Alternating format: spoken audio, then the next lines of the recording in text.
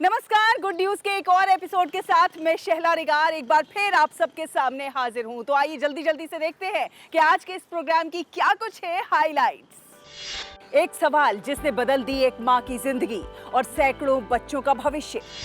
सामोद में गूंज रही वेदों की स्वर लहरियां, गुरुकुल में संस्कृति और संस्कारों की पाठशाला।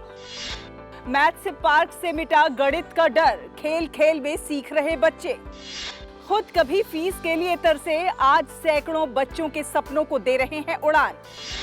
मेरठ के युवाओं ने सपनों को दी नई उड़ान, स्टार्टअप से बने आत्मनिर्भर, दूसरों को भी दिया रोजगार। हर माँ अपने बच्चे के लिए बेहतर भविष्य का सपना देखती है, लेकिन जब उसी सपने की राह में कुछ मजबूरियां आ जाएं या व्यवस्था की कमी आ जाए तो फिर क्या कीजिए। ऐसा ही कुछ हुआ एक माँ के साथ, लेकिन उन्होंने हार नहीं मानी और उसी कमी को अपना हौसला बना लिया और कुछ ऐसा कर दिखाया जिसकी चर्चा आज हर ओर है। क्या कुछ है इस माँ का नवाचार, आइए दिखाते हैं।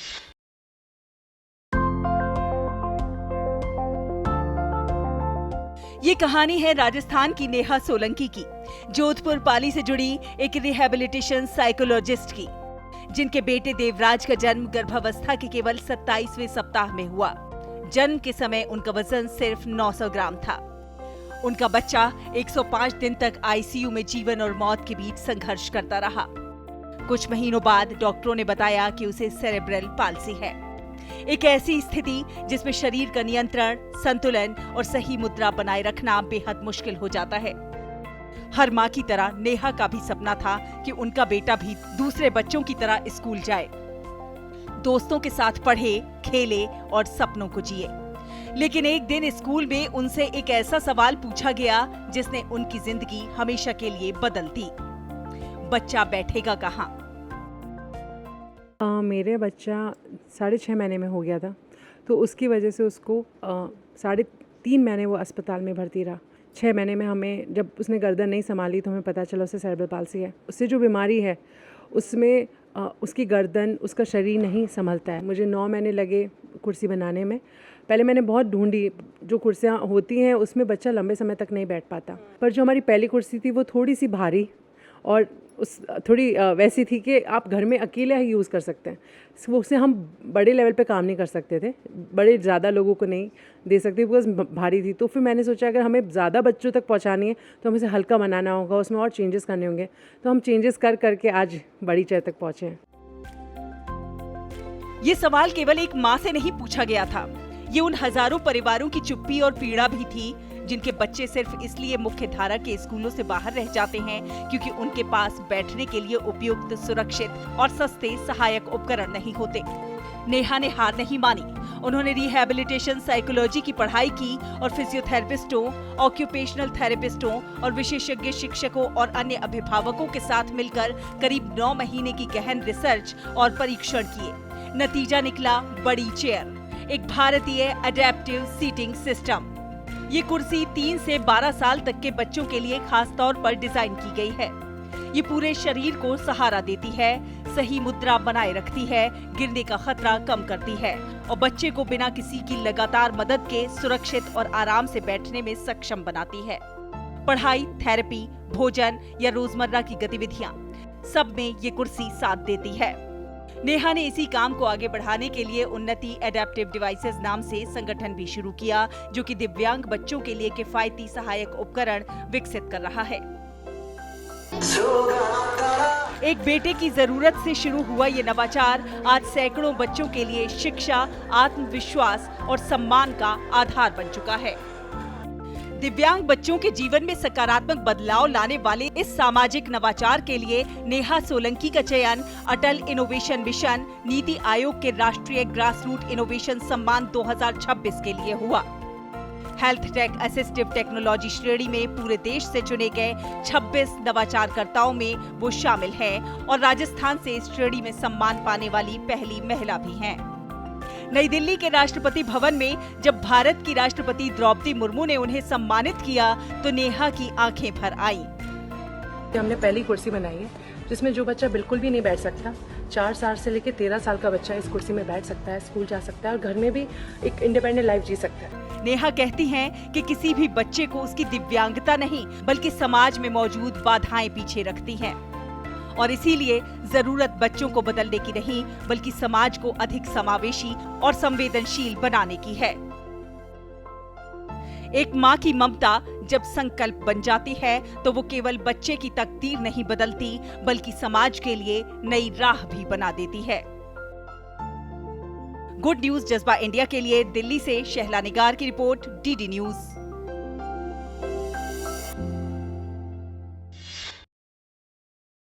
तो देखा आपने, इस मां के नवाचार को मिला राष्ट्रपति सम्मान और अब आपको मिलाते हैं मेरठ के कुछ युवाओं से। उनके नवाचार आपको दिखाते हैं किस प्रकार से जो रोजमर्रा की जरूरतें होती हैं उन्होंने उनको एक बिजनेस आइडिया में बदला और खड़ा कर दिया नया बाजार।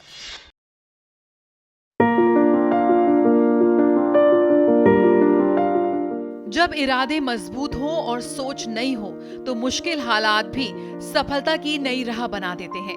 मेरठ के कुछ युवाओं ने यही साबित किया है। किसी ने कोविड जैसी चुनौती को अवसर में बदला तो किसी ने रोजमर्रा की जरूरत को एक अनोखे बिजनेस आइडिया में बदल दिया। आज ये युवा न सिर्फ अपनी पहचान बना चुके हैं बल्कि कई लोगों के लिए रोजगार का भी माध्यम बने हैं। कोविड महामारी के दौर को जहां अधिकांश लोगों ने मुश्किल समय के रूप में देखा, वहीं मेरठ की ज्योति श्रीवास्तव ने इसे अवसर में बदला। उन्होंने अपने पति गौरव गोयल के साथ मिलकर लिटिल चेरी फूड्स की स्थापना की, जिसका उद्देश्य बच्चों और परिवारों तक सुरक्षित, पौष्टिक और स्वच्छ भोजन पहुंचाना है। ज्योति ने एक अभिभावक के रूप में महसूस किया कि बाजार में बच्चों के लिए उपलब्ध अधिकांश खाद्य उत्पाद अत्यधिक प्रोसेस्ड और रिफाइंड सामग्री से बने हुए हैं, जिनमें पर्याप्त पोषण नहीं होता। इसी सोच ने उन्हें मिलेट्स यानी श्री अन्न आधारित हेल्दी फूड तैयार करने के लिए प्रेरित किया। ज्योति श्रीवास्तव ने लिटिल चेरी फूड्स नाम से भारतीय nutrition and health food company तैयार की, जिसका उद्देश्य बच्चों और परिवारों तक सुरक्षित, पौष्टिक और स्वच्छ भोजन पहुंचाना है। आज उनकी कंपनी मिलेट्स पारंपरिक अनाज, दालों, मेवों और प्राकृतिक सामग्री से बने पौष्टिक उत्पाद तैयार कर रही है। प्रधानमंत्री नरेंद्र मोदी द्वारा मिलेट्स को बढ़ावा देने के लिए राष्ट्रीय अभियान से प्रेरित होकर कंपनी स्वस्थ भोजन को घर घर तक पहुंचाने का काम कर रही है। आज ज्योति श्रीवास्तव न केवल एक सफल महिला उद्यमी है, बल्कि उनकी कंपनी का वार्षिक टर्नओवर 5 करोड़ रुपए से अधिक है। उन्होंने कई लोगों को रोजगार देकर आत्मनिर्भर बनने का अवसर भी दिया है। कि ये जो मोटा अनाज होता है ये बहुत न्यूट्रिशियस है और इसको अगर हम जर्मिनेट करते हैं तो उसके अंदर कुछ एंजाइम्स पैदा होते हैं जो बच्चों के लिए बहुत सूटेबल होते हैं और उनके खाने को बहुत इजी टू डाइजेस्ट बनाते हैं। तो ये सब जानने के बाद मैंने रागी, कोडो मिलेट, बार्नयार्ड मिलेट, ऐसे बहुत सारे मिलेट्स के कॉम्बिनेशंस बनाए और उसके साथ हमने कुछ चीला मिक्सेस बनाए, डोसा मिक्सेस बनाए, बहुत कुछ नट्स एंड सीड्स पाउडर बनाए जो बच्चों के लिए बहुत फायदेमंद है। मिलेट के नूडल्स भी हैं और उसके अलावा च्यवनप्राश बनाया आंवले का, जो कि बहुत फायदेमंद है बच्चों के लिए। इसके अंदर 42 हर्ब्स हैं और आप थ्रू आउट द ईयर ये बच्चे को दे सकते हैं। ऐसे करके धीरे धीरे स्टार्ट किया। एक इंस्टाग्राम की मदद से इसकी मार्केटिंग करी और पहले साल में हमने 12,000 कस्टमर्स को सर्व किया। मेरठ के 2 युवा उद्यमी अर्णव शर्मा और तन्वी पुरी ने भी अपनी सोच को एक सफल स्टार्टअप का रूप दिया है। उनका स्टार्टअप ORBS यानी कि ऑब्स युवाओं के बीच तेजी से लोकप्रिय हो रहा है। इन दोनों ने एक ऐसा इनोवेटिव प्रोडक्ट तैयार किया है जिसमें सिर्फ एक फ्लेवर बॉल को पानी में डालते ही कुछ ही क्षणों में कैफे जैसे मॉकटेल तैयार हो जाती है। यानी अब पसंदीदा ड्रिंक के लिए कैफे जाने या लंबा इंतजार करने की जरूरत नहीं। फिलहाल कंपनी ने 5 फ्लेवर लॉन्च किए हैं जिन्हें युवाओं की पसंद को ध्यान में रखकर तैयार किया गया है। ये मेनली एक बॉल है जो केवल एक पानी में डिसॉल्व हो जाएगी और वो इंस्टेंट फ्लेवर ड्रिंक बना देगी। जैसे कि आप tracks on the beach, ocean affair आप ड्रिंक करते हैं, ब्लू लगून, ये बड़े बड़े कैफे में है। तो हमारा मेन मोटिव ये था ये सारी बॉल्स हम नॉर्मल कस्टमर, नॉर्मल लोगों तक भी पहुंचा सकें जो कैफे में जाकर अफोर्ड नहीं कर सकते। कैफे में आप देखेंगे तो सारी ड्रिंक 550-600 रुपए की विद टैक्स। हमारे यहाँ की प्राइस ही हमने बहुत मिनिमम रखी है जिससे सबको ही ये बॉल और फ्लेवर यूज कर पाए। इस प्रोडक्ट के निर्माण के लिए कंपनी की अपनी मैन्युफैक्चरिंग यूनिट है। जहां लगभग 2.5 घंटे में एक फ्लेवर की करीब 300 बॉल तैयार की जाती हैं। इस तकनीक को विकसित करने में टीम को लगभग 2 वर्षों का समय लगा। अर्नव और तन्वी के अनुसार उनका प्रोडक्ट पूरी तरह लैब टेस्टेड है और FSSAI से अनुमोदित है। उनका कहना है कि कैफे में ड्रिंक के लिए 15 से 20 मिनट तक इंतजार करना पड़ता है, जबकि उनका ये कॉन्सेप्ट लोगों को घर बैठे इंस्टेंट मॉकटेल का अनुभव देता है।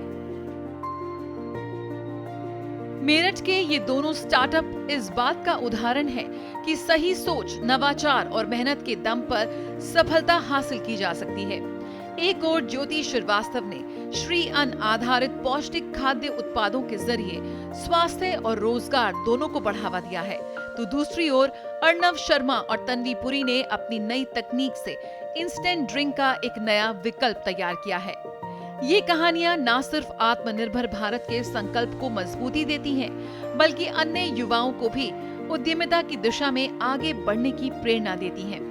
ये युवा न सिर्फ अपने सपनों को साकार कर रहे हैं, बल्कि दूसरों के सपनों को भी नई उड़ान दे रहे हैं। ऐसी प्रेरणादायक कहानियां बताती हैं कि नया भारत अवसरों का भारत है, जहां एक अच्छा विचार कई लोगों का भविष्य बदल सकता है। गुड न्यूज जज्बा इंडिया के लिए मेरठ से संगीता श्रीवास्तव की रिपोर्ट, DD न्यूज।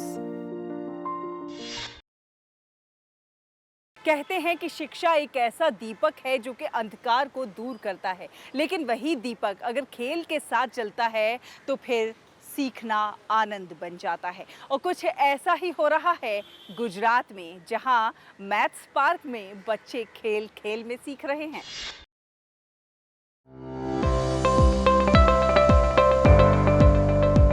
जो सीखना हो उसे सही समझ के साथ सीखना, यही असली शिक्षा है। ये कोई साइंस सिटी या महंगा साइंस पार्क नहीं है। ये है पंचमहल जिले के गोधरा तालुका के नवा नदीसर गांव का एक सरकारी स्कूल, जहां छात्रों के मन से गणित का डर दूर करने के लिए शिक्षकों ने अपने प्रयासों से एक अनोखा मैथ्स पार्क तैयार किया है। हमारी पाठशाला ने इस साल मैथ्स पार्क का निर्माण किया है, जिसमें ऐसे मॉडल्स निर्माण किए हैं कि बच्चे वहां पे खेलें और खेल से ही गणित सीख पाए।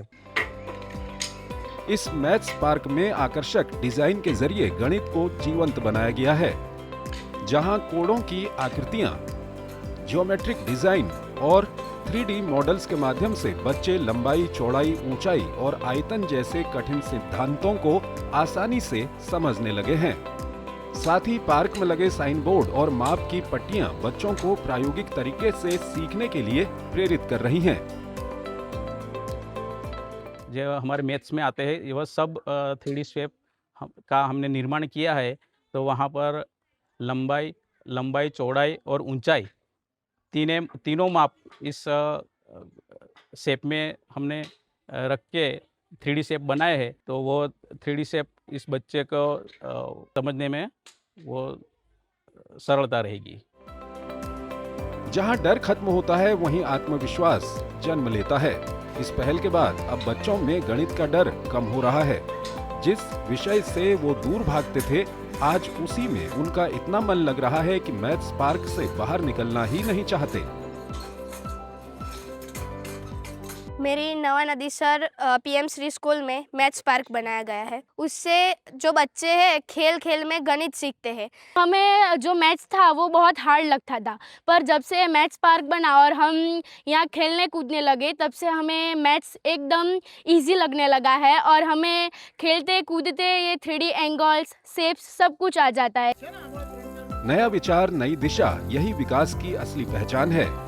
नवा नदीसर प्राथमिक शाला का ये मैथ्स पार्क सिर्फ एक शैक्षणिक पहल नहीं है, बल्कि पूरे शिक्षा जगत के लिए एक प्रेरणा बनता जा रहा है। जहां पढ़ाई को रोचक बनाया जाता है, वहीं असली शिक्षा जीवंत होती है। और शायद यही वजह है कि ये छोटा सा गांव आज एक बड़ी प्रेरणा बन रहा है। गुड न्यूज जज्बा इंडिया के लिए गुजरात के पंचमहल से विवेक त्रिवेदी की रिपोर्ट, DD न्यूज। कई बार मजबूरियों के कारण हमारे सपने टूट जाते हैं, लेकिन अगर हौसला मजबूत हो तो मजबूरियों की बेड़ियों को तोड़कर इंसान समाज के लिए मिसाल बन सकता है। कुछ ऐसी ही कहानी है बिहार के भागलपुर के रोहित की।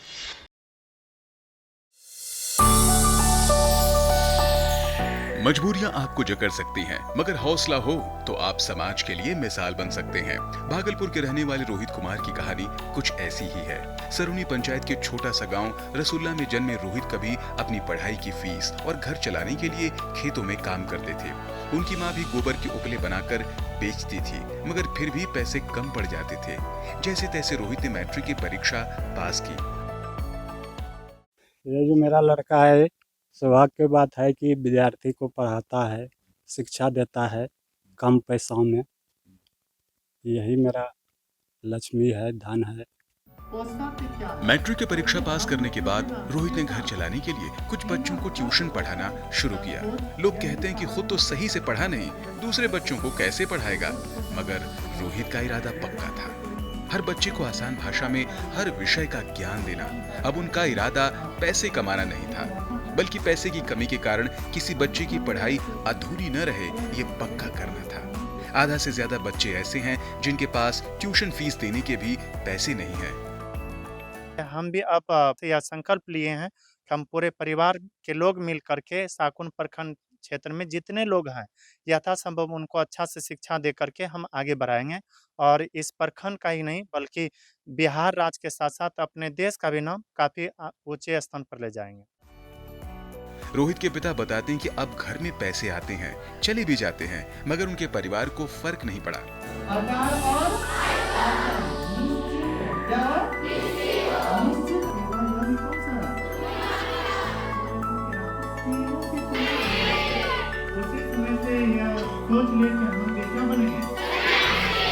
कोई प्रश्न को जब बताते हैं, अगर किसी बच्चों को नहीं समझ में आते हैं फिर पूछते हैं, किसी से डाउट होता है तो उस डाउट को क्लियर करते हैं।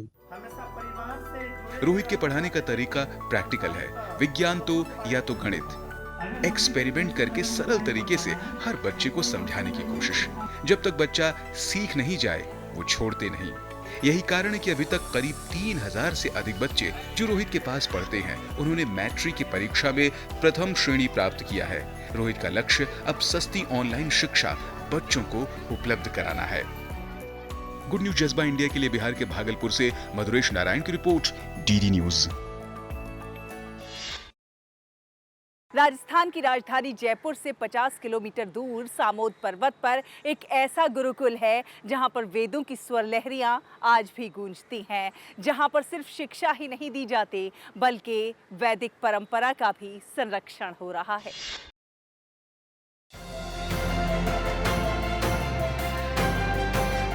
श्री वीर हनुमान ऋषिकुल वेद विद्यालय में वर्तमान समय में 38 से अधिक विद्यार्थी सामान्य शिक्षा के साथ वेद, संस्कृत और सनातन संस्कृति की गहराइयों को भी समझ रहे हैं। ब्रह्म मुहूर्त में उठना, वंदन, यज्ञ और मंत्रोच्चार, इनकी दिनचर्या सिर्फ पढ़ाई नहीं बल्कि जीवन पद्धति है। श्री वीर सामोद मंदिर की ओर से संचालित इस विद्यालय में विद्यार्थियों को केवल वेदों का अध्ययन नहीं करवाया जाता बल्कि उन्हें आधुनिक समय की जरूरत के अनुसार अन्य विषयों को भी पढ़ाया जाता है। स्वास्थ्य को ध्यान में रखते हुए योगासन, व्यायाम, प्राणायाम और सूर्य नमस्कार भी करवाया जाता है।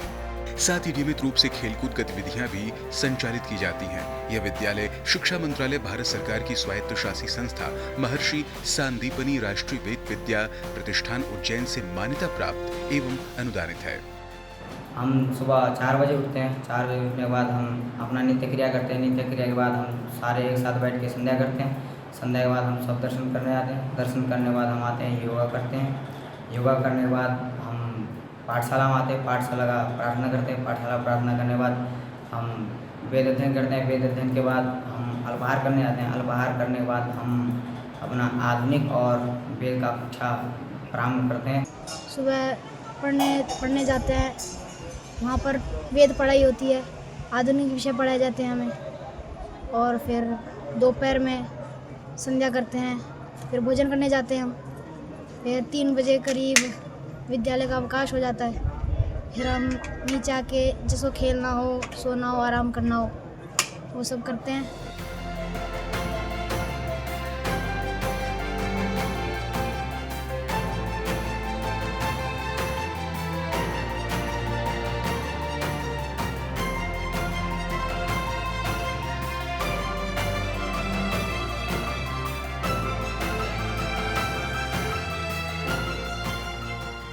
यहाँ पर देश प्रदेश से आकर के छात्र वेदों का और अन्य विषयों का अध्ययन करते हैं।